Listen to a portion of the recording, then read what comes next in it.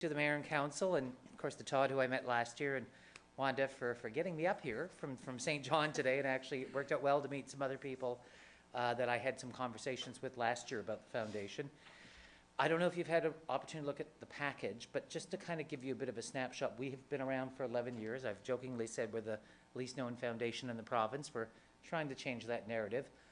Our intent, and I remember talking to Todd about it last year, is to create scholarships in New Brunswick for New Brunswickers who have been accepted into med school, whether it's U-M or it's Delmed NB.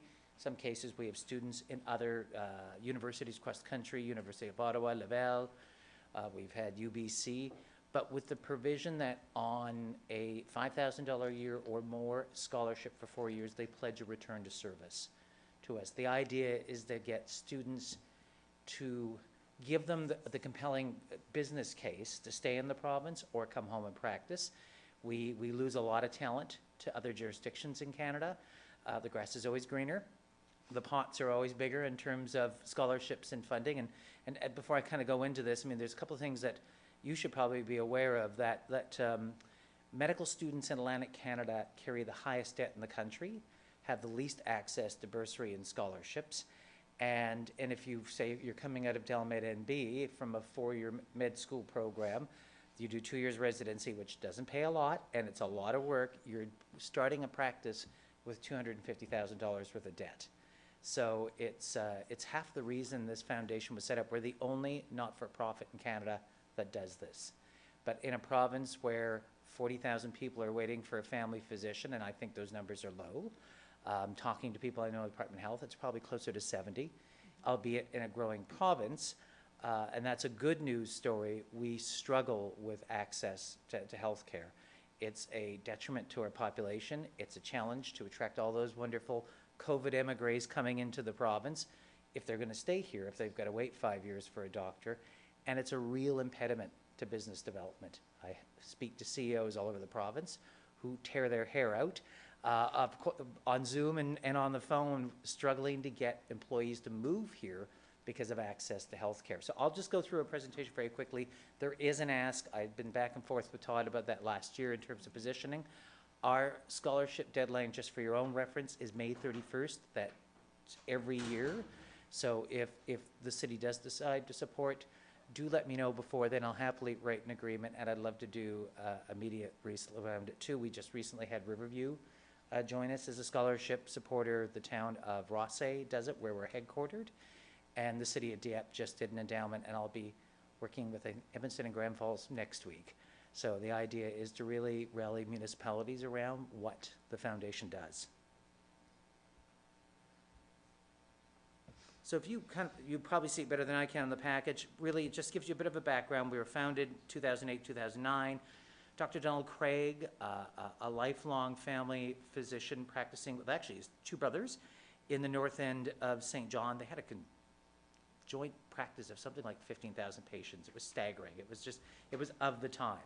Dr. Craig is retired, but still provides some advice to the foundation. Again, we're the only foundation in Canada that does this. And the reason he did that was, and that was 10, 15 years ago, incubating the same idea, the same narrative I received when I moved here in 2006 originally to Fredericton from Toronto was, good luck getting a doctor. That seemed to be the biggest barrier. Now, I've been just purely lucky that we've managed to keep family physicians, but I can't tell you from board members to people I know personally who don't call me at least 3 times a week who've lost a doctor. And if they've lost a doctor, they've lost a senior doctor. And a senior doctor is always that physician, and I have a few on my board who are trying to give up their practices and get people to take over it. They're carrying 5,000 patients. So every time I get a recipient out of this that gets into, say, family medicine, not even into a specialty, it's 2.5 to 3 students who are going into family medicine to replace a senior doc. One, they're capping out at 1,200 patients. That's sort of the practice right now with the College of Physicians and Surgeons in New Brunswick and with the Society, both of which we have great relationships with. We've taken over the Society's endowment, and the college actually provides 8 scholarships a year, which we're internally grateful.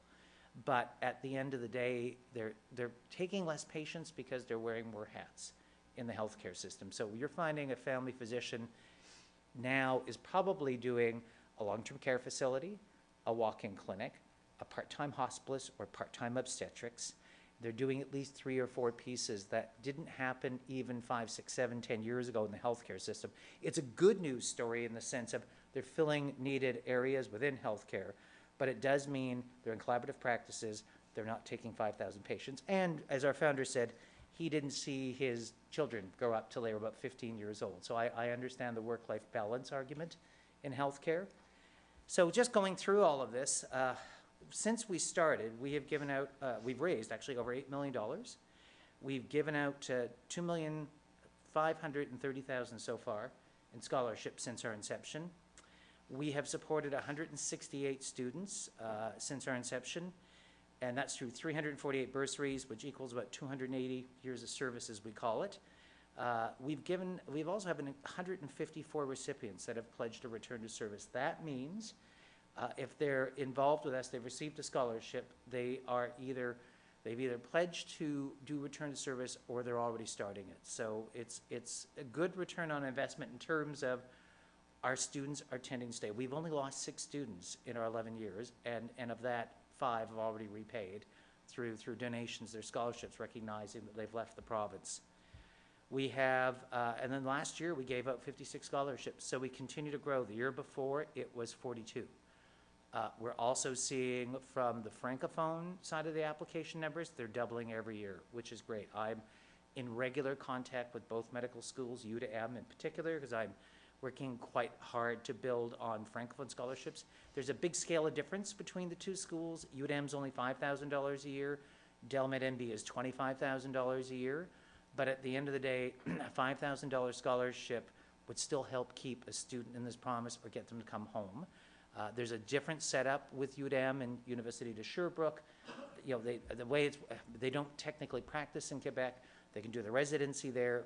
There are 6 specialty seats available there at Laval and University de Montréal. They have a much higher retention rate than Delmed students right now do, but we're trying to change that through scholarships. And frankly, when I look at the UDM argument, which is something I've been working on, you're bringing in fluently bilingual students who are going to be the next physicians in any corner of the province. So, I mean, both are needed, but UDM is an area that I'm definitely trying to grow as a foundation. And certainly looking at the Bathurst region, you've got both linguistic groups, so we're going to have students applying for both at any point. And then now, if you kind of go through our numbers, I mean, we gave out 382,000 last year. I'm hoping we will probably hit mid-60s for scholarships this year. There's 76 seats in the province, and honestly, we could be a funder for each one of the 76 seats that the province makes available. The numbers are there. You know, we're dealing with a significant retirement rate, so I can tell you, even beyond this presentation, for every scholarship I create, we're never going to catch up with the retirement rate in the next 10 years for physicians. A quarter of the workforce is 55 plus. So much like nursing, we've got a gray tsunami in an important part of our healthcare system. And then if you kind of continue on, we've got students in residency. We've got 19 currently, or 31 practicing in the province. There are 19 that have gone into family medicine. I've got 30 this year in residency and 14 graduating this year. So the hopes are that they will end up in these communities. 4 have been funded from the Acadia Bathurst region since 2016, but we turned down 6. So my view is every time we lose a student because we couldn't provide a scholarship, they may go elsewhere. And they do. They go to other parts of the country, whether it's Quebec or Central Canada or BC or the United States. They go somewhere else where there's funding. So I'm trying to find cost-effective ways, but meaningful ways to get students to come home or stay home. And bear in mind, a New Brunswicker is somebody that has 12 months residency. So if you have a student that's moved here, did an undergraduate in the province, or has moved here and been accepted in med school, as long as they've got 12 months, they're a resident of the province. So that is the criteria both of University de Moncton and for Delmed NB. This is just sort of, I mean, you can read this at your leisure. It's just by region. Now you'll know we're a bit St. John heavy, but that's because that's where the foundation was created by a group of well-meaning physicians. My role as their really first full-time executive director is to get us across the province. We are also growing our board. We just recently had Victor Boudreau join our board, which I'm eternally grateful for.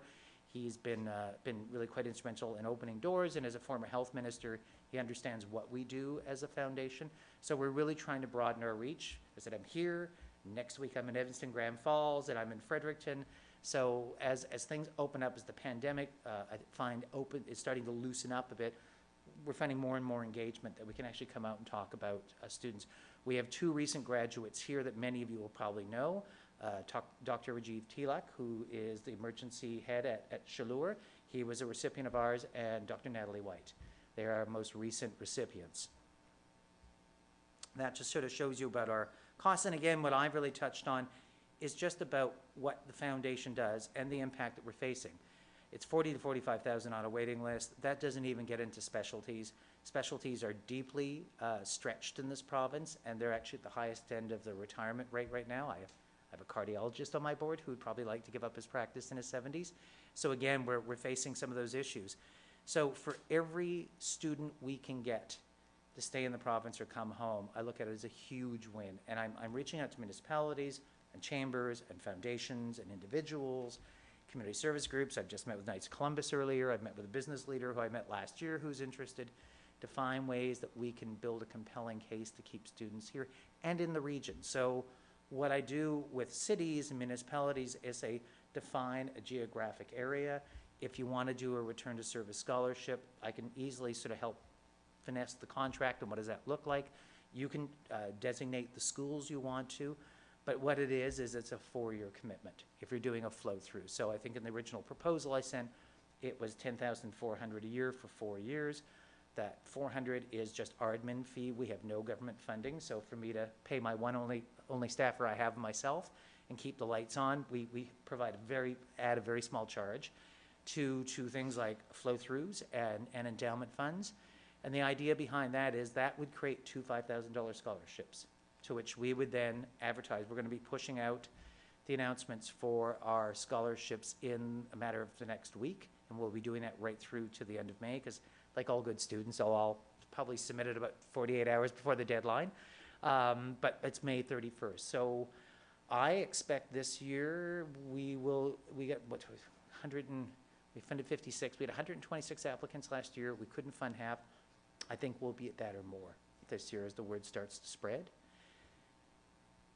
And then I'm just going to see, and really it just, I mean, most of that, everything in there is what you've probably read. What I'm really trying to get across, and there's a couple of students, is we would be honored to have Bathurst support on this, and I'm going to be back up in the region again.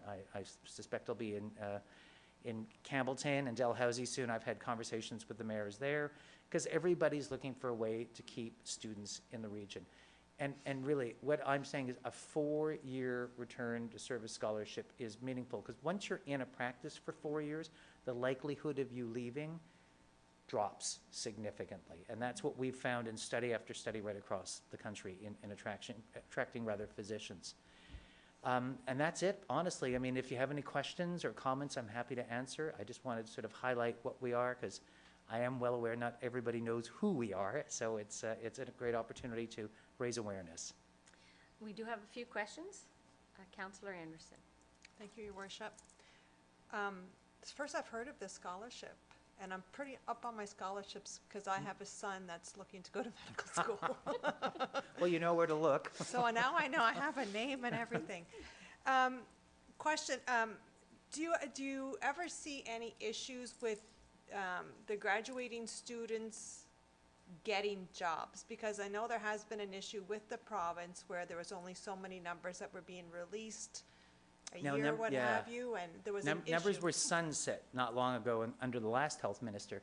Yep. It is now up to the local health authorities between the 2 health networks in terms of designation. I haven't had a problem with a student setting up a practice, whether it's in family medicine or a specialty yet.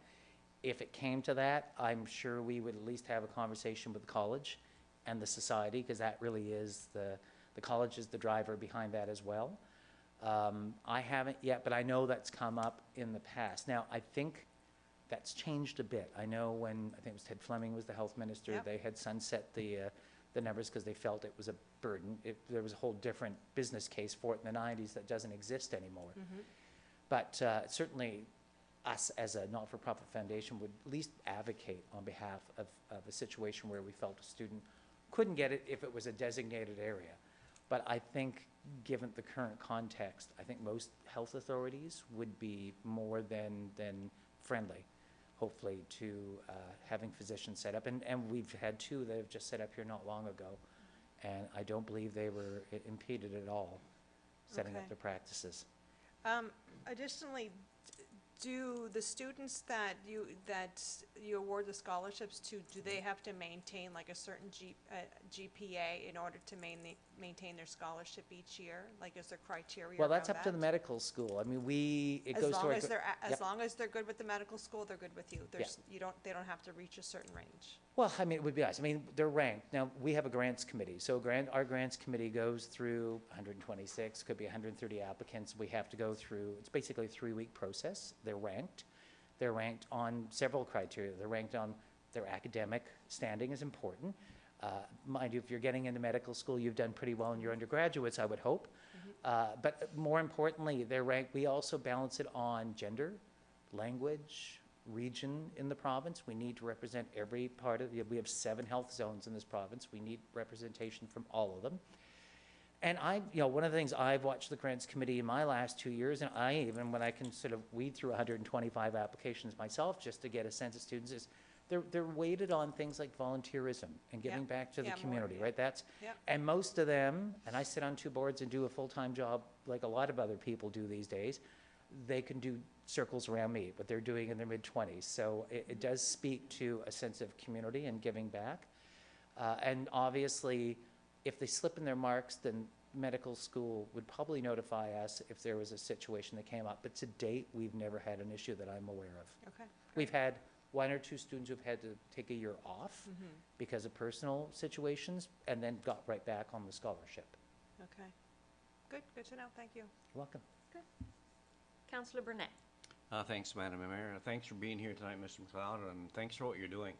I could name 3 doctors right off the top of my head that are living very close to me, that are young, and there's one side effect that you might not realize, but when you bring these young doctors back, you're bringing young families to our community, and they're filling the schools, and we certainly need them to do so and have nice families, and the young doctors that are returning home to our area are very professional, and they show it every time you talk to one of them, and they're also getting involved in our community. I don't know if you realize that. When there's a tournament need to be organized or a volunteer group, they're there and they're doing that. So again, thank you for what you do. I'm going to throw something at you that's a little outside of the box of what you've been talking to us about, and it started off with our moment of silence for Ukraine tonight. And I've been watching the activities in Ukraine, and certainly brings a tear to your eye. And one thing I noticed about Ukraine is how close they are to us. Like, their weather is very close to us. I noticed the dress on the people that are escaping and running out of the country, very close to how we dress and how we look. And the professionals, there's so many professionals there in so many areas that we direly need in northern New Brunswick and in New Brunswick. Your group, could you put the bee in the bonnet to say, look, how can we get these doctors from over there here, these medical people here, to help us out, and especially with, like, we have near 600 medical people off now because of COVID. Yep. And if we had access to some of these medical people that are escaping this war-torn area, I know for a fact a doctor from Ukraine who came over here and ended up doing much lesser work than being a doctor because of training. So they need help. They need grants in order to retrain, to get our language, etc. So. Yeah, and I'm happy to reach out to people like the Medical Society. That's really the advocates on that side. We have a very good relationship with the New Brunswick Medical Society. So those are the people I would chat to first, because they really are the advocates, and then it works at the federal level, because really they ultimately have the mechanisms in place to get professionals in and expedite it. I'm not sure what they're doing with Ukraine at the moment. Obviously, there's some things in the news on it, but I haven't been sort of privy to the internal decisions of the federal government, but I suspect they're trying to expedite as fast as possible. I hope so. But we're happy to reach out. And to answer your question about young doctors being highly impactful in the community, they are. It's a very different generation that way. They're very multi-leveraged into multiple things. They're very civic-minded, I've noticed. And because they wear many, many hats in the healthcare system, they're highly collaborative. It's, and they not be taking as many patients, but the trade-offs are what they provide as a net benefit in the healthcare system and to the community as a whole. And being a grandfather myself, I know that a lot of them come back home and their grandparents really help out with babysitting, so it's a good thing, you know, Exactly. to have them come back. Thank you, Madam Mayor. You're welcome. Councillor Willett. Thank you, Madam Mayor. Thanks for your presentation. I was really kind of surprised, you know, like at first I thought, oh, a group from St. John looking for money in the north, so. But after looking at the presentation and hearing the presentation, and that we already have 4 doctors up here, so even without our participation, you still saw it fit to fund 4 doctors out of the region already, so kudos to you guys. It seems like a bigger bang for our buck than what we're getting right now, so. And to me, it's an investment into a small part of an education to keep somebody here. Yes. And once they move here, they're gonna stay here, so. That's a good thing. Thanks. You're welcome. Perfect. So the sponsorship, just to clarify so everybody understands, is that if we do sponsor for 2, that means when it's time for their internship, they'd be coming here. Yeah, so what we would do is we would write a contract. I'm actually doing one tonight at my hotel room for Riverview, because I just got the agreement last week from them. And I've got a contract with DEP right now, because same thing, DEP's going through it. They're doing an endowment instead for one in perpetuity. But Riverview is an example. It's 2 $5,000 scholarships. They would want the student to come back to the town of Riverview, which is growing fast enough, like Bathurst, like everywhere else, that I think there's a solid business case. It's not that we're picking a very small community, because I've always have to be cautious when I get into these conversations. With some cases, it's a town of 4,000 or 5,000. It's like, I can't guarantee I'm going to get a student every year. But if you put a group of communities together, and amalgamation obviously is already a conversation, because I'm going through that with Edmondson and Grand Falls next week, because they're both having, you know, they're growing in size. So they're looking at this, even if not this year, for 2023, once they sort of figure out what the roadmap is. The idea would be you could do 2 $5,000 scholarships. It would be for 4 years. The students would be selected by the grants committee, so it would be 1 student for each scholarship for the 4-year journey. Then we could write the provision of where would you like it? Was it within the firm borders of the city of Bathurst? Is it the greater area? I would work with the city on however they saw that was best for the city. But the provision would be is that it would do a return to service to the community, however that's defined. That's wonderful. And I would strongly recommend that you come back next year, because our neighboring community, population-wise, are going to be just as big as we are. That's right. And then if we can cough in $10,000, maybe they can as well. That's right, yes. So, you know, it's a great opportunity there, and then we'd be looking at 4 intern in the region. Yep. I know that in the bigger cities, of course, they have a bigger budget, but they even pay rent for internship for the first year to try to entice them to come. Years ago, when I was with the Chamber of Commerce, I actually went to Moncton with Vitalité to recruit graduates that were going into the following year or going into their last year, trying to get them to come, you know, through Vitalité in the north and in the Shloer region. It's not easy.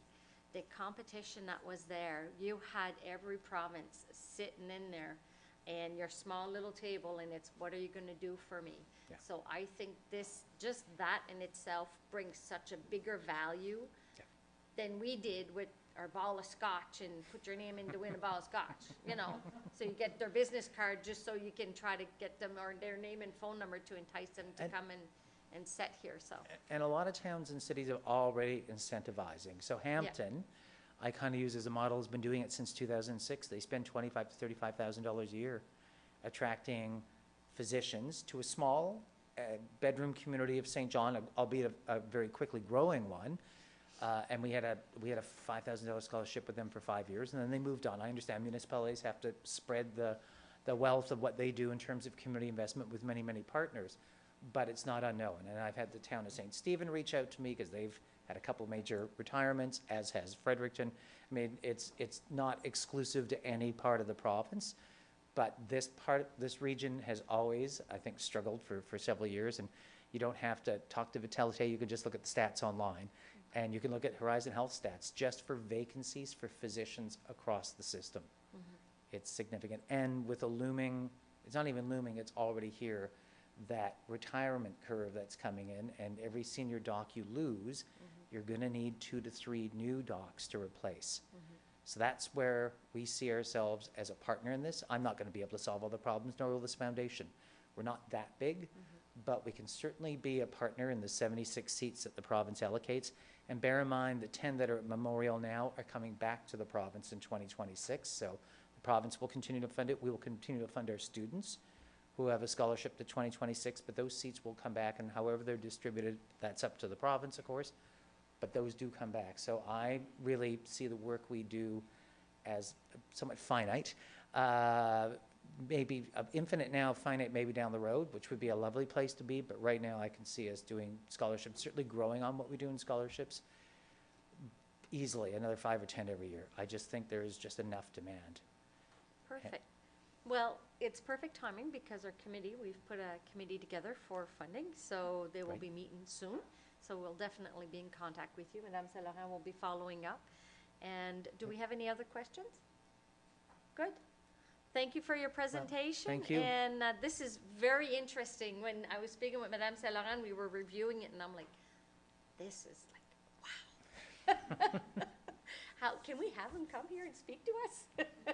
So, And it was yes. fine. The timing was perfect. Timing was It's not a hard drive. Yes. And I'm glad to come up again and do it. And I'll probably be back, honestly, in a matter of months, because there's some other conversations going on in the region with potential donors. I'd like to get involved to do something as well for the community. So certainly, you know, if I know I'm going to come up, I'll let Todd know. And if you have more questions or there's anything else I can provide, I'm happy to do it in person or electronically or online. I'm quite malleable that way. So great. Perfect. And thank you for the opportunity to present. I really appreciate it. And thank you for coming down. Yeah, We that's really fine. appreciate it. Okay. Thanks. Thank you. Have a good evening.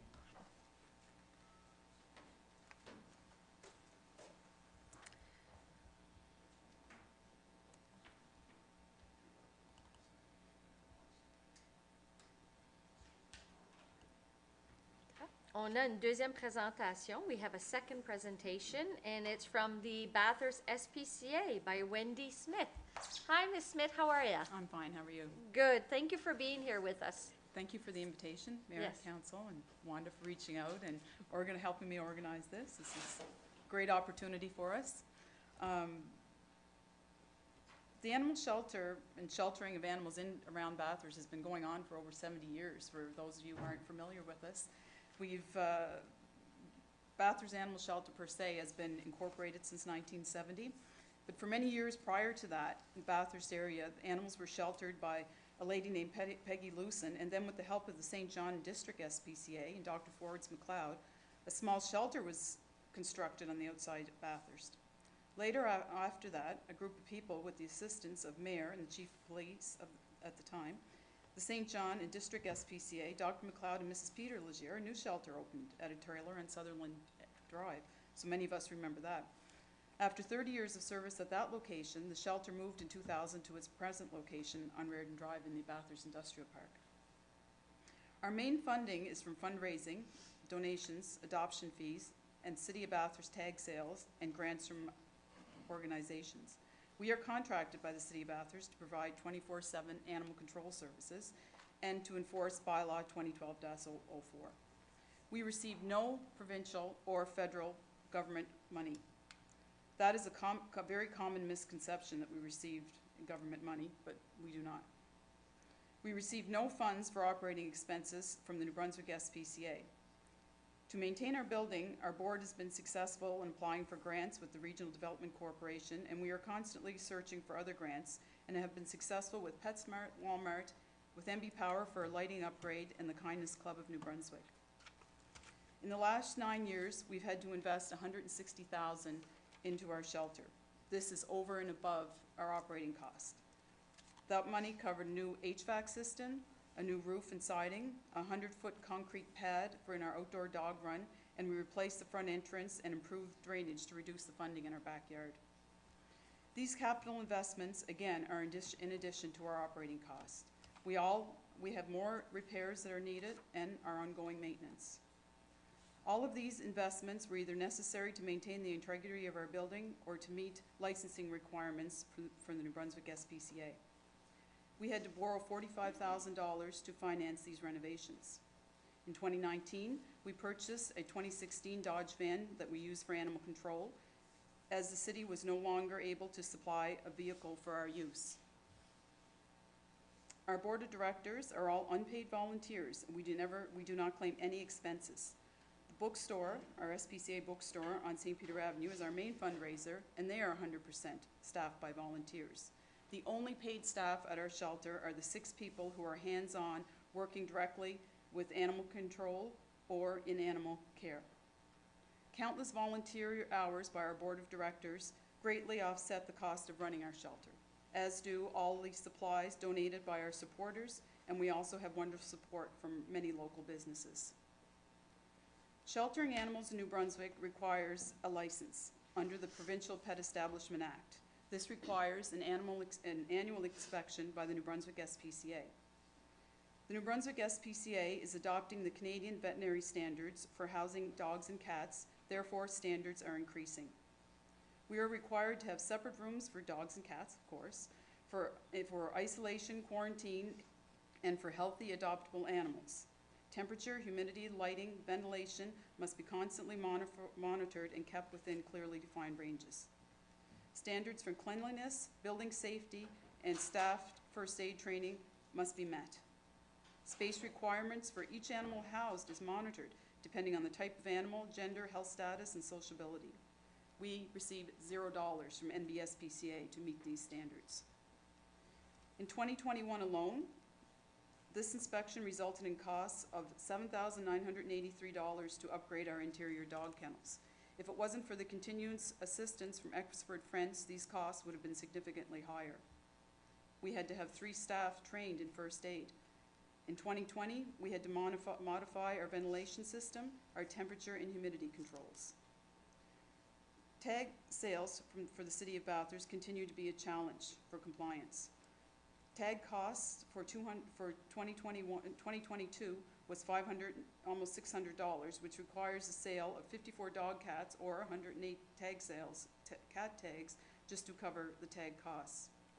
We do need help educating pet owners in the city that the only way we can identify their lost pet is a City of Bathurst tag. The majority of animals admitted to the shelter are cats dropped off by the citizens of Bathurst, followed by strays picked up by our animal control officers within the City of Bathurst, and animals dropped off by city or surrendered by city residents. During the past 2 years, there has been a lack of availability of veterinarian appointments to have animals sterilized. During 2021, this resulted in record-breaking number of animals in our care. We ended 2021 with 106 cats and 1 dog. The city bylaw 2012-04 states a 5-day hold on strays, so you can well imagine the logistics of housing all these animals. Now, we can refer to the slide that I submitted. You'll see that the revenue from the City of Bathurst animal contract typically covers about 25 to 30% of the shelter's operating cost. Due to lower operating costs during COVID 2020 and 2021, the ratio was higher. As I've said, the majority of the animals taken into the shelter annually are from the City of Bathurst. We do have a partnership with NBSPCA, which is where the balance of most of our animals are taken from, that we house seized or impounded animals from the area, and we are paid on a per animal impounded fee. So by looking at that slide, we'll just take a quick review of it. You can see that our operating costs for the last 6 years are laid out there. I didn't break down every aspect of our operating costs, but I picked up on the major ones. So right now, the animal control contract for 2021 covered 49% of our operating costs, but the City of animals that were taken in from the city was 91%. And you'll see pretty much across the board, it's pretty much the same. Again, 2021 and 2020, the ratio is higher, but typically it was about 1/4 of our operating expenses. And as you can see, the City of Bathurst animal intake is going up. So some of our challenges that we have ongoing is our building. our occupancy costs and our maintenance costs, and our annual inspection from the New Brunswick SPCA. That's always going to be increasing cost. The availability and costs of veterinary appointments, something we can't control, and that delays animals getting into permanent homes, which of course increases our costs. We still struggle with the recruitment and retention of staff and increasing wage costs. This year's $2 an hour minimum wage increase will cost the shelter about $25,000 in increase in payroll costs. Our insurance costs are increasing, our utility costs are increasing, and we're going to need a new vehicle soon to replace our 2016 Dodge van. Our number of cats continue to increase. So we're always open to any suggestions that we can do to better answer any questions or any concerns that anybody has. So we've been at the same location for 21 years now, so you know where to find us. Wanda has my contact info. Perfect. I actually, she passed away now, but years ago, we got our dog at the animal shelter, and she became the most beautiful thing. We had her for 15 years. Oh, that's nice. Yeah, so we're not ready to have another animal just yet. Yeah. It's very difficult. It's like losing a family. It is, and that's something with that we've seen over the years with animals coming in. Our number of dogs have really gone down. The number of cats can continue to go up. And like I talked when I met with the chief and deputy chief in January, I was explaining to them that Bathurst is unique in one way. We were very progressive when the bylaw was first, that it covered cats, because a lot of municipalities don't. And there's a lot of bad public relations because of that, because nobody wants to see animals being killed on the road or running loose or digging in your yard. So Bathurst is very progressive with that. Yeah, cats will remain. I'm highly allergic to cats, but my daughter has cats, so yeah, I am a cat lover, so we will stay there. But we do have questions, so Councillor Burnett. Thanks, Madam Mayor. Thanks, Wendy, for being here this evening again. How's the COVID treating you? For the last 2 years, you haven't been able to have your fundraisers like you normally do. Like I used to go to your auctions and some of the other events that you had, but there's been none for 2 years. So that must have hurt the bottom line a bit, you know. Are you, now that we're opened up as of today, are you planning any events for this year that we should know about to go and bid on different things that you put together? Yes, our online auction was quite successful. It is a very busy thing to manage. So of course, it's all done by volunteers. So that is something that we do hope to start up again. And as you can see with the operating costs, our operating costs were down, as were our revenues. So unfortunately, one didn't offset the other, but our big fundraisers, like our annual dog jog that we always had in September, that went by the wayside, and the online auctions just, yeah, Okay. it's just so, hopefully we will, we're gonna be getting some more ticket sales, which are very popular, good fundraisers for us. Some local grocery stores are usually quite open to us going in and selling tickets, so we do well with things like that, so, yeah. The other thing about the COVID time is that a lot of these animals were comfort animals to a lot of people that couldn't get out, they were isolated, etc., and having a new dog or a new cat was very important to them. But I've talked to some people that couldn't get a dog locally, they had to go outside of the area in order to find a dog at an SPCA. Have you had that problem? Oh, yes, like I say, we ended up the year with one dog in our care. Dogs, for about the last 5 years, we've seen a significant decrease in number availability of dogs, which is good, because it means that pet owners are being more responsible, but Okay. it's harder for people who do want to adopt. I talked to somebody last week who got a dog, he said it came from Greece. And I said, where? You know, I said, how do you get a dog from Greece Yes. here in Bathurst, you know? So what's the story on that? Can you There are bring them special- in? yeah, there are. Could that be a fundraiser for you to bring some dogs in, or? Well, there are lots of dogs in Canada that are homeless, and up north and northern Ontario, there are a lot. And these are special interest groups that bring dogs in from the States, and these private groups with countries like Greece that Okay. do assist. But yeah, it definitely wouldn't be a money making thing. It's private interest that people fundraise, and they are special interest to bring in, and you know, that's the way it is. Thank you very much. Good luck with your Thank you. operation. Councillor Anderson. Thank you, Your Worship. I have a few questions because I have a lot of concern with the fact that the cost of our contract has increased, I think, to a ridiculous amount. Like, it's over the last 6 years, we're paying it almost double from what we were paying, which really doesn't make a lot of sense to me. When you say the animals from the city of Bathurst are at 91%, what does 91% mean? Like, 91% of the animals that we take in are from the city of but what's a Bathurst. number? Like, how many animals, like, do you have a number of animals that you Yes. take in? What would that We're be? taking in about 350 animals a year.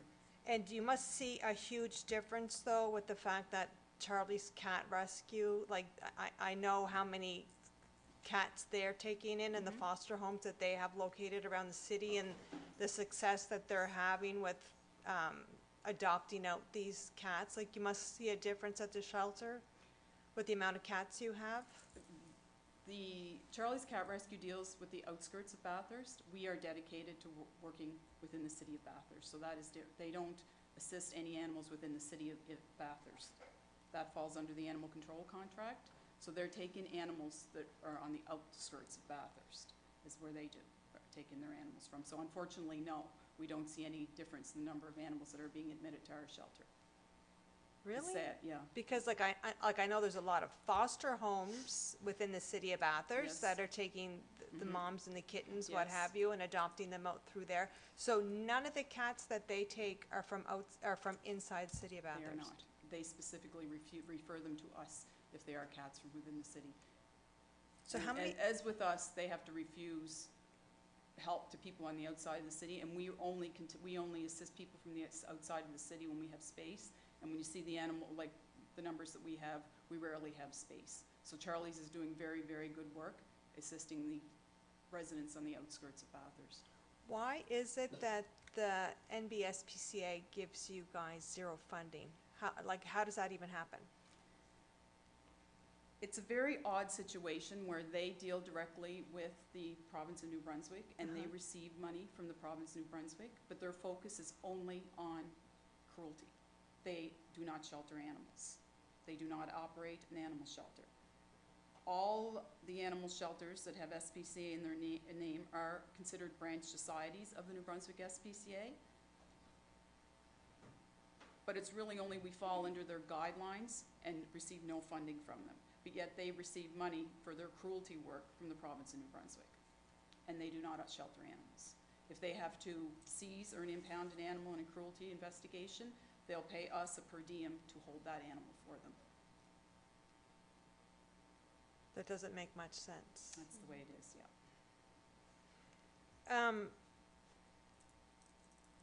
24/7 service. I've had people tell me that they've tried calling the shelter and they were told, call back tomorrow or there's no service at night. So if we're paying for a 24/7 service, I get complaints that that's not actually happening. Do you know anything about that? We talked, Deputy and Chief Roy had concerns about that too, and that's that we have a 24/7 emergency line, and we only will respond after 9 p.m. if there is an emergency situation, which means that an animal has been injured or is potentially going to injure a person. But during the day, there is always 24/7. That should not happen, and as board of directors, we certainly would want to know if anybody is getting complaints of those nature, that they're not receiving a call. So again, after 9 p.m., it's emergency only, but there always is 24/7 response on our animal control line. But if it's 9 o'clock as a cutoff, then it's really not 24/7 service. It's response. Okay. So we'll always respond to the call, but we're only going to physically respond to a scene if it's there is an emergency. animal emergency situation, yes. Okay. One, if you allow me, one final question. Sorry to badger, but No, there's, This is why I'm here. but because I like to answer the questions instead of reading about it in the paper. yeah, and I mean, like, I've had a lot of questions about it, as have And other counselors, certainly. and, like, for me, it's to educate myself on exactly what's going on so that I know what I'm talking about. Certainly. your staff that you have during the day, like you talk about the sales being down for people registering, buying their tags and stuff like that. What is the staff doing during the day that are supposed to be out on the road? Like are they actually out on the road? I know there was a time when they knocked door to door when they know people had animals. Do you have your tags? Is that still happening, or what do they do on a regular basis? As per the contract, we have 20 hours a week that is patrol. Okay. And we do not knock on doors anymore. And there's many reasons for that, or not as much as we'd like to be able to do it. Number one, we don't have the manpower to do it. And number two, people do not want you knocking on their door. And there was some very irate people, even people who, when we used a tag list from a previous year, that said it was an invasion of privacy. And we are encouraging people to come to the shelter and buy their tags, just like every service, that the Service New Brunswick doesn't come to your door and say your vehicle registration is Right. done. We'd like you to come to the shelter and be prepared with your vaccine proof and the money to pay to buy your tag to register. Okay. Because there's paperwork needed and there's payment to be done. You go to people's door and we don't have cash these days. We did get a mobile debit machine, and it's just not worthwhile to go and then have to go back. People aren't home. People won't answer the door. It's a difficult sell, and we definitely need help with education on getting people to buy their tags. I think that's it for me for now. Thank you. You're welcome. So how much is a tag? How much is a dog tag or a cat tag? Until March 31st, it's $10 for a dog and $5 for a cat. So we're not talking big money here. After March 31st, there is a $10 late fee applied. So a cat tag becomes $15 and a dog tag becomes 10 or Okay. 20, sorry. 20. All right, so we do have a few more questions. But for pet lovers out there, please take the time and renew your tag. And your animal should be vaccinated anyway, so that's a non-issue at the animal shelter. And it definitely helped their funds as well. So Councillor Knowles. Thank you, Madam Mayor. You just stole my question, Oh, did I? I'm so sorry. but that's okay. That's okay. No, I was just going to ask what your current adoption fees were for a cat or a dog, and have they been adjusted over the years to keep up with increasing costs? A dog is $225, which they're spayed, neutered, vaccinated, flea treatment, and a cat is $125. And again, spayed, neutered, vaccinated, flea treated. Okay. And we're maintaining those numbers because we want to be fair, and our major thing is to get pets into, I mean, obviously, we're not making money on adoption fees when you look at the price of spay neuters. And all of our animals now are altered before they go into forever homes, because especially with cats, we were finding they weren't getting altered, people were leaving their cats out, and then you have kittens. So that's our mandate now, is to make sure all our animals are spayed or neutered before adoption. Thank you. Thank you. Councillor Legacy. Thank you, Madam Mayor. I just had a couple quick questions, somewhat following up on Councillor Anderson's commentary. I've got the charity financial information in front of me here, and I noticed that there was 66,000 in federal revenue in 2020. I'm guessing that's their COVID programs? Yes. Okay. And I also, because I don't have 2021s here, unfortunately, but I noticed that every year except for 2019, the revenue was higher than the expenses, and there was quite an increase in 2020. Can you explain that? Are you talking income over expenses? Yes. You can see by our operating costs, that's going to be the biggest factor. Our operating costs in, did you say 2020 or 2021? 2020, yeah. 2020, $143,000 was our operating costs. So our operating costs were definitely lower. that Okay, but just to follow up, if there's that much of an increase in revenues versus the expenses, the rate that is charged to the city, why is that also increasing? We had a 5% increase in our bid for 2022 because we were anticipating this 17% minimum wage increase. Looking at other provinces, we saw what was coming. And once things get back on track, you'll see that our operating expenses, how much higher they were in 20 and 20, we're expecting to go back to that level again once we get to normal operating hours. Okay. And that's I a- think that our increases was 5%, 3%, sorry, for 2022, and then 5, 3, and 3 is what we did this contract. And with inflation now, that was our main concern. I mean, we don't know what things are going to happen based on the last 2 years. It's been not what we had before, so we're thinking it's not. Hopefully, it's going to get better going forward. Thank you. Perfect. Well, that's all the questions we have. Thank you very much for coming. It's very enlightening. It's, we get to learn some information, and I didn't know that the Charlie's Cat, section was from the outskirt. We didn't know how that works, so that's why it's always good to have these It is. presentations, and, everybody gets to learn at the same time. That's it, and we always have an open door policy, so we'd like you to come and visit, and Councillor Willett as well had some questions that I saw, so that's our best thing, is to come visit and see the facility that we have, and see what the facility, how lucky we are to have this type of facility in the city of Bathurst, because other places come to Bathurst and they look and they say, my gosh, you're so well organized for the number of animals that you're taking in. We have very good staff, so they're to be applauded. I'm a volunteer, have been for the last 20 years, and like I say, there's only 6 people that are actually paid staff, so everybody else are all volunteers, so we really welcome to see you guys out, and thank you for your interest. Well, thank you very much for coming. Thank you.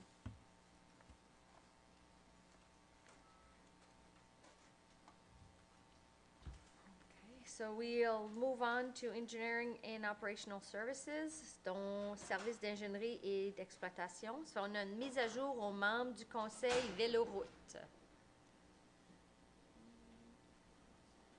Mr. Abernathy, all right? Here you go. Thank you, Your Worship. As you can see in the package there, I had made some inquiries across the Acadian Peninsula into how the Velo route is operated.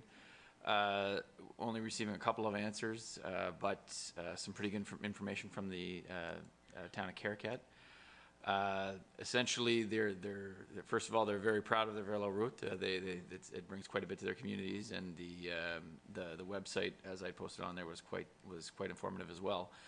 But the information that was gathered was mostly related to strictly maintenance and capital construction. So essentially, the Velo route group is comprised of a board who apply for funding through the various municipalities. The municipalities also used a significant amount of their gas tax funding to actually construct the trail. They had some pretty large issues to overcome as far as since it was mostly an old railway, removing the ties and having to reconstruct was a pretty difficult process. So we went through a couple challenges they had on that side of things. But at the end of the day, essentially, the communities put through both fundraising and through gas tax funding constructed the trail. I was advised that every section of trail is maintained by the municipality in which it sits. Now, there are local service districts with very limited resources, and I was told that the larger municipalities essentially pick up the slack for areas, just outside of their boundaries. There's a couple of handshake agreements basically between municipalities where somebody will go a little extra on their side, and then somebody will go a little extra on their side, and they'll meet in the middle for mowing or patching or signage or any of that stuff. Essentially, the town of Caracat advised that their yearly maintenance is right around $10,000 mark for about 22 kilometers of trail that they have, and that was what involved with that was essentially some minor asphalt maintenance, lawn cutting, signage. They're required to remove their signs in the wintertime, putting it back in the summer. And then there's some very small rest areas, some covered gazebos and things like that that require minimal maintenance. I inquired specifically about the asphalt itself, about anywhere with the use of it also being a snowmobile trail. He did advise that there was some markings here and there, but it really didn't seem to be a huge issue for them. Since the trail is still relatively new, they haven't had to really undertake a ton of maintenance to the asphalt. But he did advise that when the time does come that some major maintenance will have to be done, it will be the municipalities that take care of their sections, and will most likely go a little bit beyond their borders as well, and continue to maintain just outside. So that was the gist of the information that I received. Again, 22 kilometers from inside Caracat at a cost of about $10,000 a year is what is a rough idea of what they spend on that section of trail. It's not bad if you consider the tourism that they bring down there. 10,000? You know, we are really gonna have to be more competitive, and we're gonna have to follow suit with these things. Tourism is the way to go, and entice, and not just tourism, but entice families to stay. And when you have all these projects, whether it be fat bike or whether it be, you know, cycling or an area where you can do four-wheeling, skidooing, and, you know, all seasons long, it's something that I think that, you know, council should consider seriously. Do we have any questions for Mr. Abernathy? Oh, Councillor Willett. Thank you, Madam Mayor. So how many kilometers would we be looking at? That's a good question. We haven't really looked into what our total route would be. There is a section from the city limits out on Bridge Street coming in towards town. I'd have to look into how many kilometers that is. But the remainder of that trail is mostly within the city limits and is on a lot of streets actually. So Yeah. there's a lot of it that would be very little maintenance on the inside. Once over onto the West Bathurst side, out behind Atlantic Coast, that's where you would pick up having more maintenance from there out towards the city limits. So I can put together an estimate of what our kilometerage would be, but I'm sorry I haven't done that yet. Thank you. Perfect. Councillor LeBlanc. Merci, Madame la Mairesse. So, during your conversations with them, was there any areas where you thought, oh, the way we're set up, that we might be able to save there, or that might be more costly for us for some reason, or do you think it's relatively the same? I think it's relatively the same.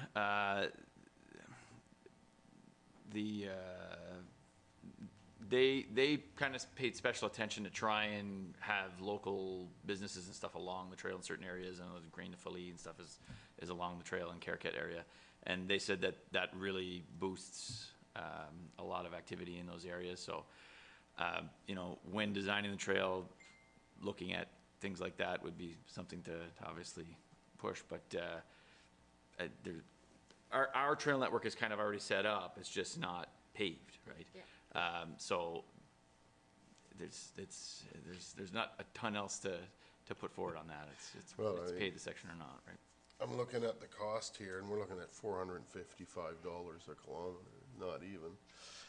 It's relatively inexpensive for all the well-being and the advantages it brings to the region, so I'm for it. That's the only question I had, because the other one was asked. Perfect. Thank you. Thank you, Mr. Abernathy. I think we'll go forward and wait for the proposal that's going to be put in with Samuel's team and whatnot, and then, but at least it gives us an idea of what to be expected, you know, if we do go ahead, and then the maintenance that comes with it. So thank you very much for coming back and giving us that information. It's greatly appreciated. Okay, City Clerk, Madame Saint-Laurent. On a une demande de commandite reçue de la CBDC. Oh, un instant, je vais te donner le volume. Okay. Thank you, Your Worship. We received a sponsorship request from CBDC Chaleur. They're hosting an event. It's called Chaleur, My Home, My Future, and it's going to be held on the 6th and 7th of May. So they're asking for 3 different categories of sponsorship. The first one is gold, which is $1,000 plus. Silver, $500 to $999, or bronze, $100 to $499. So I was seeking to see if members of council would like to sponsor this event. just to update, does everybody know what My Region, My Future is? What they do at the CBDC Chaleur? I've been involved with them for quite a few years, and what they do is that young graduates that are graduating either university or college, they do a weekend information session for these young graduates to entice them to come back to the region and maybe stay here as opposed to taking job offers. So they work in collaboration with employers locally. They do a whole session, they do a networking event with employers. I was actually part of the networking event a couple of years ago prior to COVID. And it's a great way to try to entice our students to stay within the region. So Councillor Anderson, I see you have a question. Thank you. Just a quick question. Shouldn't that go to the grants committee? Because I know they're getting ready to work on that, so I'm wondering if that should go along to that committee. This is not put in with the grants committee because CBD Shara is not like a youth group or things like that. That's why I kind of kept it separate. But if you guys would like to me put it with the grants, there's no problem. I can add it to the grants.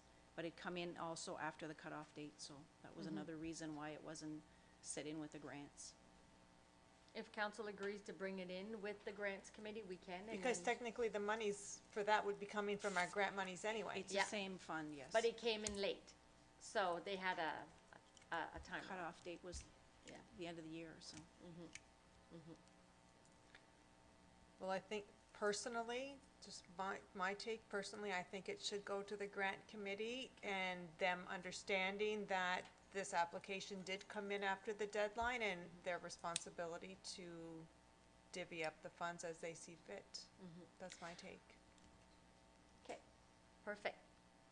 Councillor Burnett? Thanks, Madam Mayor. As far as the grants, I've been looking through the package, and so has the members of the committee, and we're already up to around 60,000 requests, and yet that's all we have is 60,000, and there's already been 10 given out, so we're down 10 already, and we have 3 requests tonight.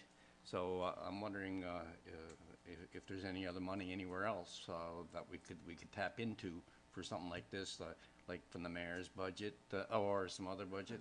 Just wondering if there's any promotional money out there somewhere to help because this is a good activity. I've been there myself, and it is a worthwhile cause. So, is there any other money? I see our treasurer's here tonight.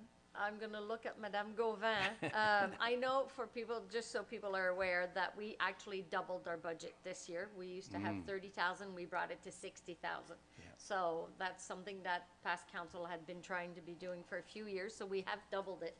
Now, do we have spare? I'm not a big spender with my money, just saying, I mean, with the pandemic and everything else. But I'm gonna go to Madame Gauvin. So yes, we did double the budget, and some was already allocated when we did the budget for that 10,000, as we mentioned earlier.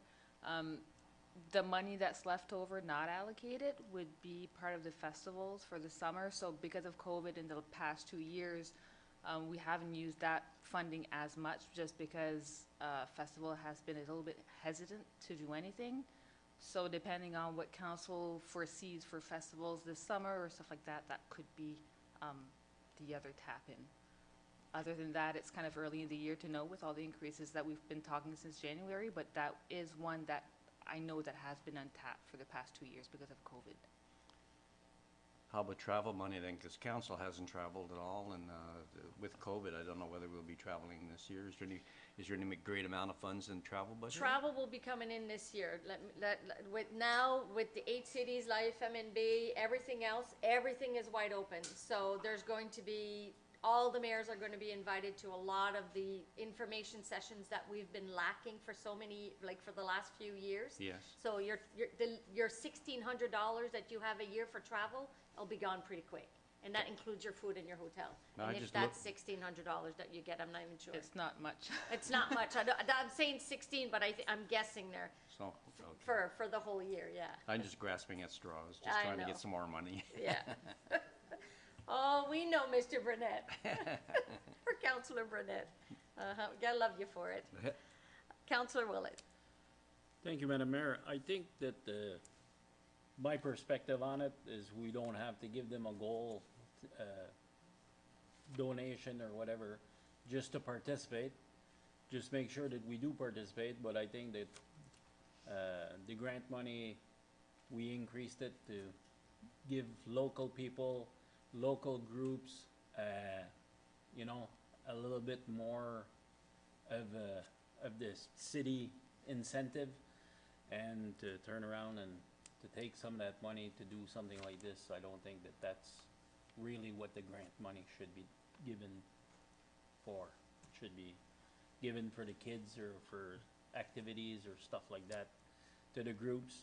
And I definitely wouldn't want to cut into the budget that we have for hospitality days or any other festival that we're going to have, because people have been sitting home for the past 2 years with no festival or nothing like that. So I definitely don't want to impair anything of that sort, you know, like we want to make sure that we do get our festivals, and because they're going to have a hard time to get everything kickstart again, so.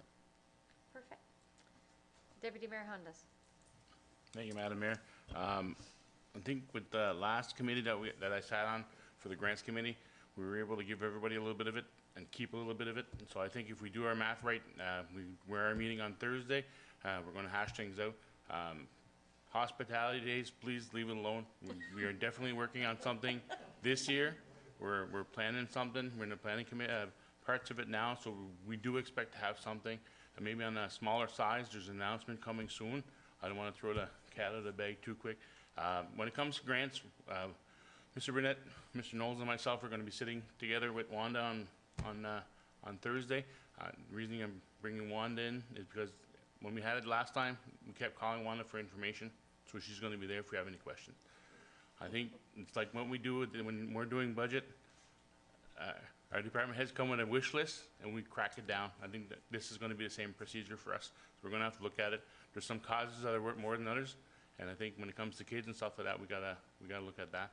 I think right now, I think we'd said around 47.5 if I do my math correctly, with the 10,000 allocated plus there's $300 $500 that are already given out. So I think we're going to be okay. Everybody's going to get a little bit of piece of the pie. So before we go rob another, leave them alone.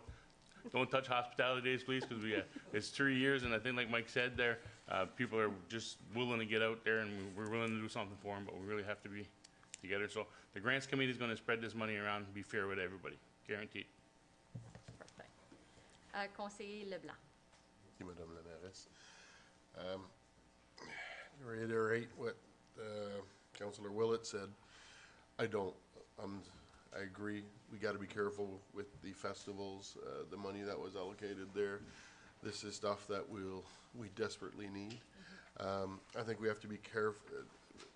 Maybe we didn't make it clear on the dates, but I think if you're past the date, it has to come into consideration also. The people who did it right and did it on time have to have a little bit of a priority when we're looking at it, in my mind. I know this is a great event, don't get me wrong, and it's for all the right reasons.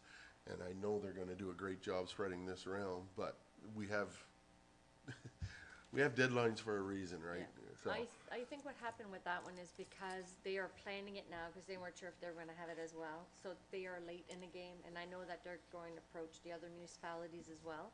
But I think this is a first coming to municipalities. And when they approached me at the Multicultural Association, of course, we're a nonprofit. We can work in partnership, but our funding has to be for our clients. So I did say, contact the city. You never know, since you're contacting the other municipalities. So the request is there. I mean, you can put it in the package if you want, take a look at it, and if not, it's up to council. Council can decide. thank you. All right. Perfect. Madame Salarin, on a demande de parrainage reçue du club de tir à l'arc de Bathurst. So, sponsorship request received from Bathurst Archery Club. Our second request tonight is correct, from the Bathurst Archery Club. They're hosting a regional Atlantic championship, and this is scheduled to happen on the 15th, the 17th of April. What they're seeking from us is they're seeking to use the Richelieu ice surface at a cost reduction. Okay. Have we done that in the past, Mr. Pettigrew? Oh, I'm gonna, yep, give you back a minute. Yes, we have. We have had some discussions and modified the fee structure, but I'll ask Mr. Wilbur, will be able to give an update of what the costs are.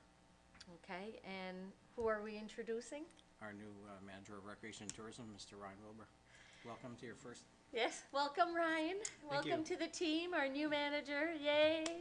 We're all so happy for you. So, Mr. Wilbur. So we have hosted this group in the past, pre-pandemic, to host a similar event. Now the request to use a Richelieu ice surface, the ice is out at the date of their request, so there is some substantial cost savings for us there, as we don't have to put the ice cover down. So really in terms of hard costs for the municipality, we'd be looking at approximately 20 to 30 man hours in terms of setting up and supporting this event over and above what our regular operating costs would be for a given weekend. So effectively, per our tariff of fees, the typical rate for the Richelieu ice surface is $1,000 per day. Okay. That's a national archery competition, right?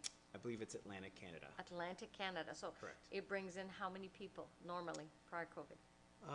They haven't given us those numbers. I'd have to circle back with them to see exactly what we'd be looking at as far as participation goes. Yeah, but I think it's quite high. My brother did it for quite a few years, and it's quite a popular event. So, we do have a question. Councillor Willett. Thank you, Madam Mayor. Not a question, just a comment. Something like this, I think the city should be involved in. I mean, it's going to be a little bit in our operating budget or whatever, but we haven't done nothing in almost 2 years, so it's time to bring back events like this back to Bathurst, and if people are willing to organize it, and you're going to get a lot of spectators, and I think we should go ahead and support it. Perfect. So are we looking for a reduction in fee, or are we looking at cost-free? Yeah, as far as I understand, their ask is for a break on the rates for the facility rental itself. Okay. If memory serves me right, the last time we hosted their event at our facility under similar circumstances, I believe the charge that was provided to them at that time was $500 for the rental. Okay. Perfect. Actually, that answers my question. You're good, Mr. Willett? Okay. Councillor Anderson?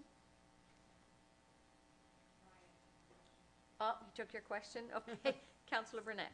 Thanks, Madam Mayor. Thanks, Mr. Wilbur. This is a great event. I've been to it a number of times, and it's really interesting.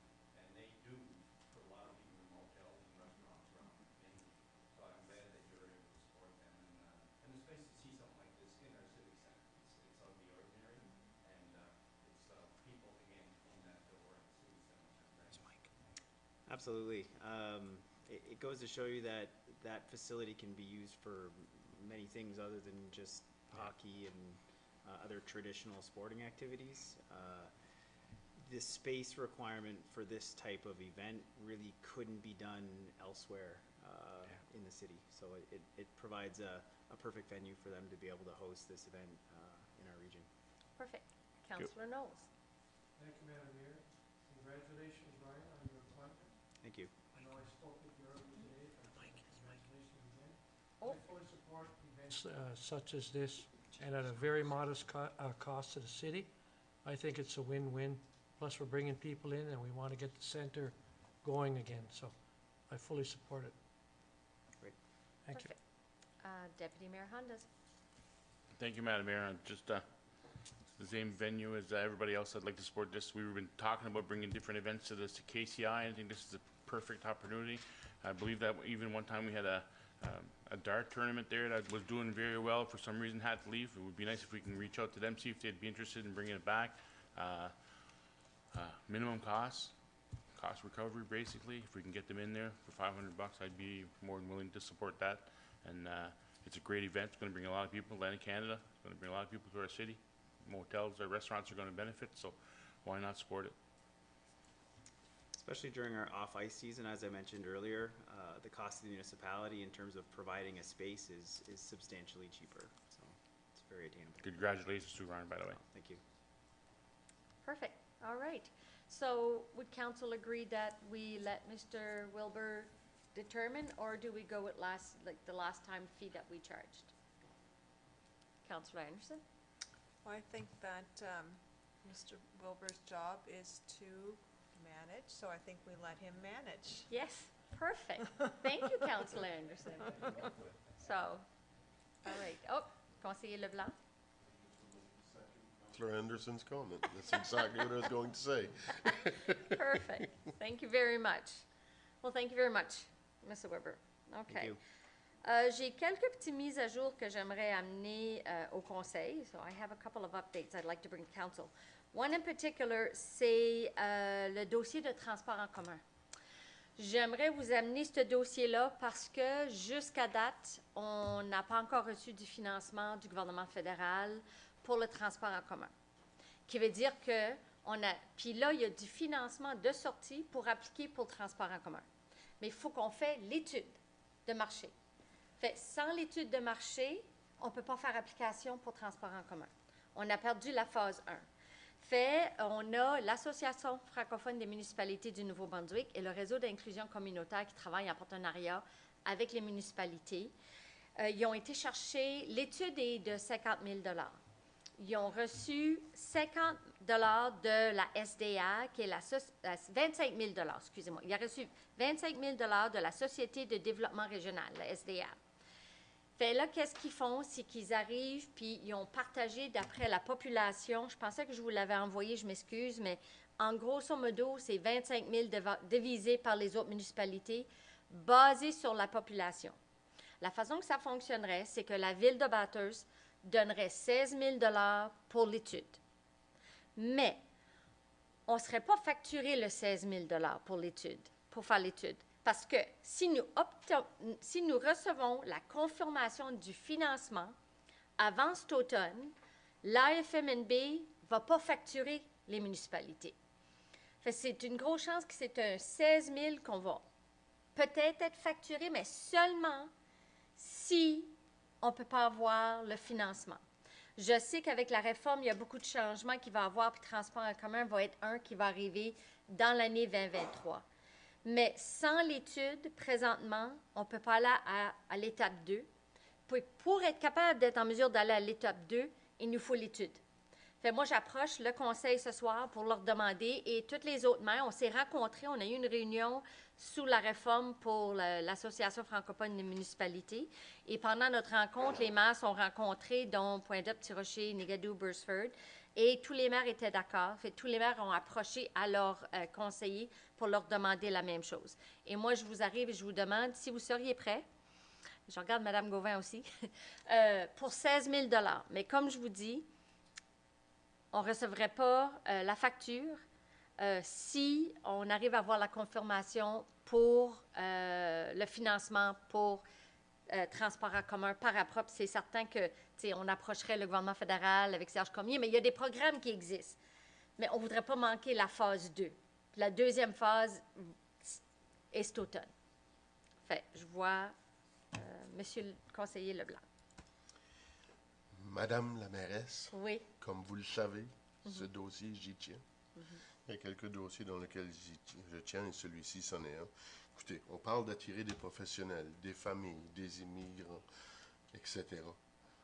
Le tout commence avec un transport en commun. Ensuite, c'est probablement la plus grosse lacune de la région. Ça fait que c'est un gros oui de ma part. Tout simple. Parfait. Passez aux autres. Merci. Councillor Willett.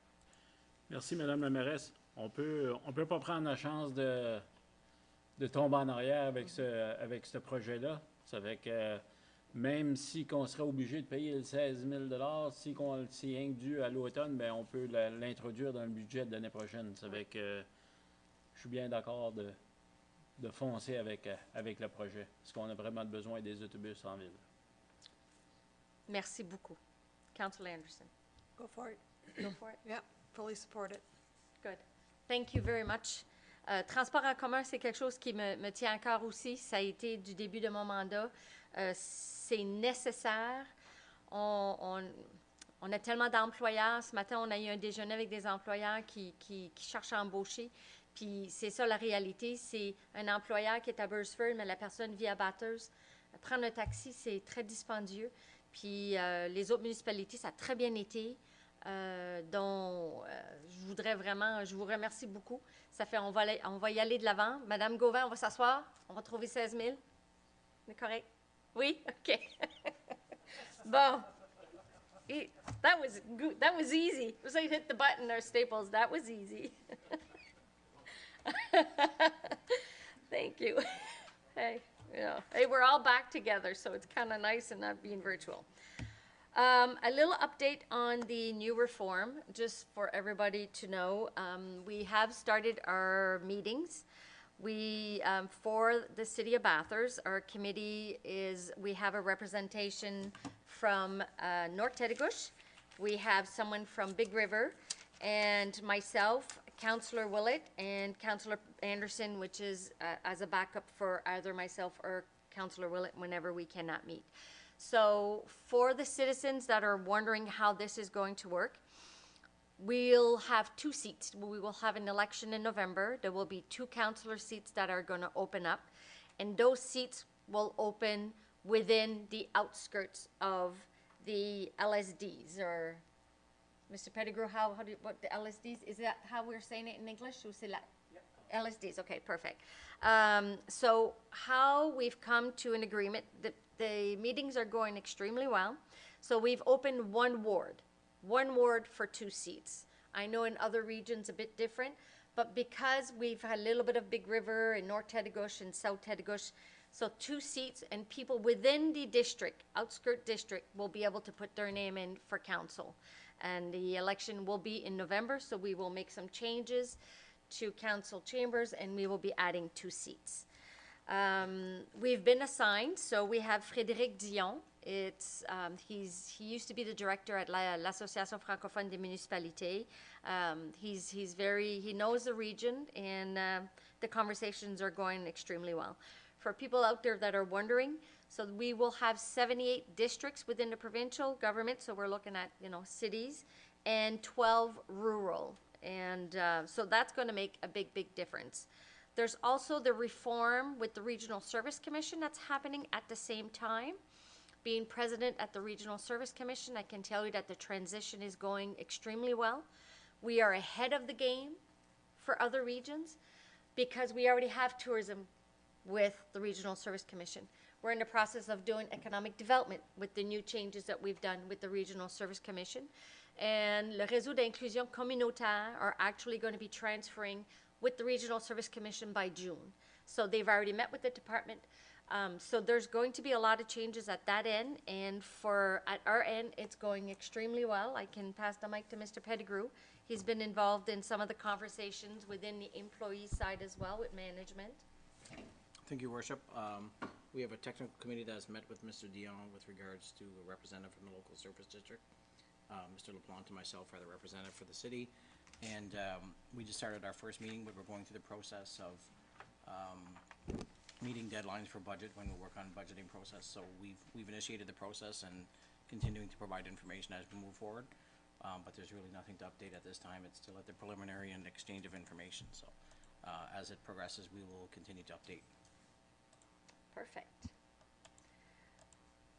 So it's going well, and we were told at our meeting that we should have an idea. There's going to be memos going out to the citizens sometime in April, May, and then we should find out our budget at the beginning of July.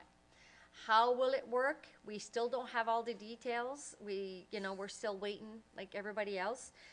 We were told that the road cleaning, anything outside that district, even though they will be part of the city of Bathurst, the roads will continue to be cleaned by the province. And question was asked, do we have a task limit? Is it done by 2025? And they said absolutely not. There's no limit at this point. So road cleaning will continue. Garbage disposal as well, but we don't have a date on that one. So the conversations are going well, and I can tell you that Here in the Chaleur region, I'm very proud to be saying that the communication is effective, and we are really working in collaboration with the representatives that are sitting around the table. We have Big River and North Tedigush at the moment. So, quick update on what's happening there. On another note, so I have had a meeting with the 8 cities, so Cities of New Brunswick Association. We meet once a month. And with everything that's happening in Ukraine, the mayors had asked that we come back to council. And basically what we want to do is we really want to keep communication going with the government, whether it be federal or provincial government. And we want to write a letter. So we want to write a letter to the government to say that the cities, our cities, are welcoming and we're ready to support Ukrainian refugees in our communities. You know, we want to stay in close communication with them, and we hope that we can help as much as possible. And I'm coming to council to see if you agree that we go forward with that letter. And, you know, my other hat with immigration, it doesn't happen that quickly. It's a lot of work that needs to be done. But, you know, if we say that we're part of it and we are open arms and we want to be involved, it would be very important.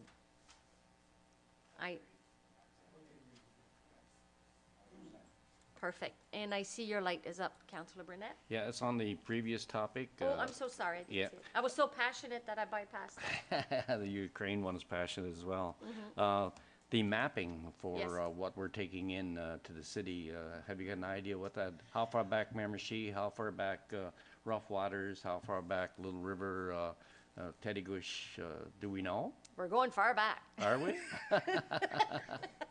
Mr. Pettigrew. Thank you, Worship. We received an updated map last week.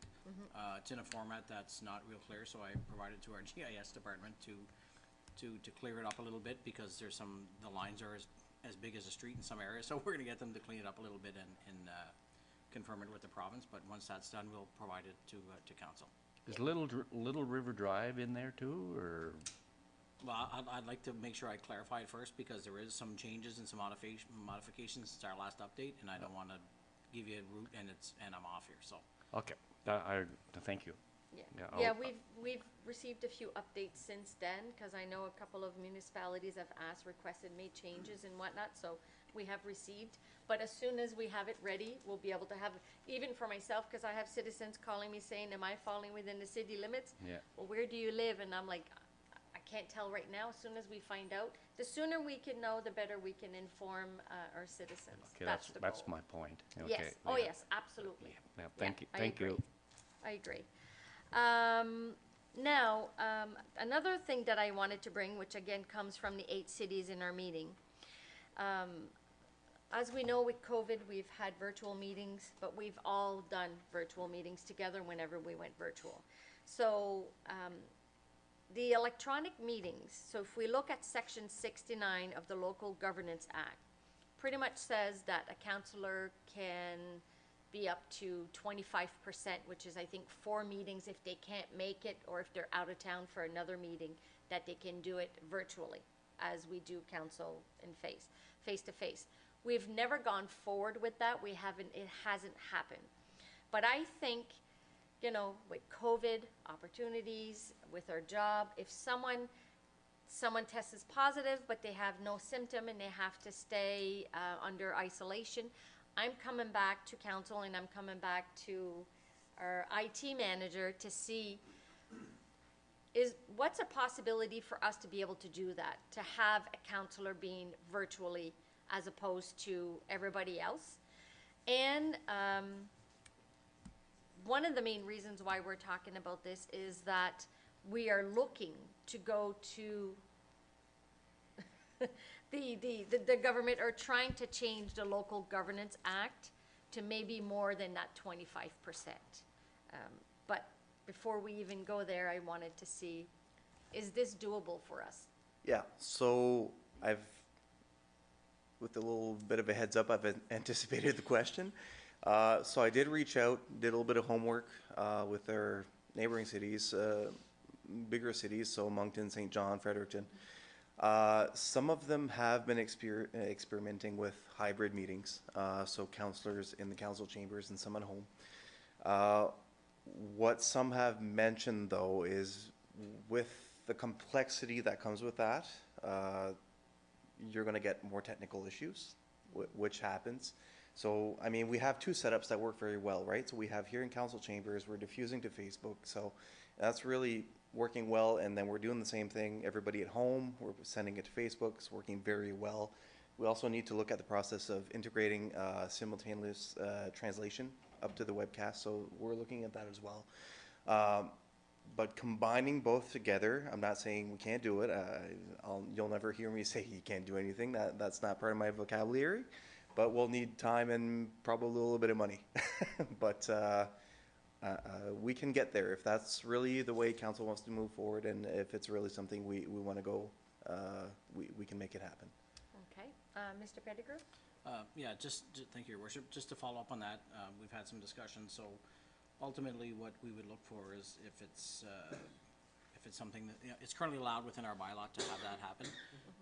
If the 8 cities makes a recommendation or recommends to the province to extend that amount, and it's approved, we're going to have to make some changes to our procedural bylaw as well, because it does say there the limit as well. So we will make some changes. At that point, council's wishes through the IT department, we would come back with a recommendation with all that information of providing that, what equipment would be required, what the cost would be, and what our recommendation would be. So I think at that point, when we get to that point, we will definitely come back with a recommendation from the IT department with what equipment we would need, the cost, and the pros and cons, and so forth, moving forward with that. So Perfect. Conseiller Leblanc? Yeah, Dustin, just quickly, is the difficulty the streaming part? Like, because having someone conference in and be on screen would be relatively easy, I would think. But streaming on Facebook at the same time, is that where you're? No, the stream part's not actually the difficult part. The difficult part would be more so having vice versa communications with all of you versus the person who's sitting at home, so that you can see him, hear him, and vice versa, that they can see all of you and hear all of you at the same time. Because we do have an in-house microphone system, which is controlled by the mayor, but then when you have people outside at home, it wouldn't be controlled the same way. So there would be logistical changes to make during the meeting. For the mayor, it'd be something like running an online meeting, but doing it here.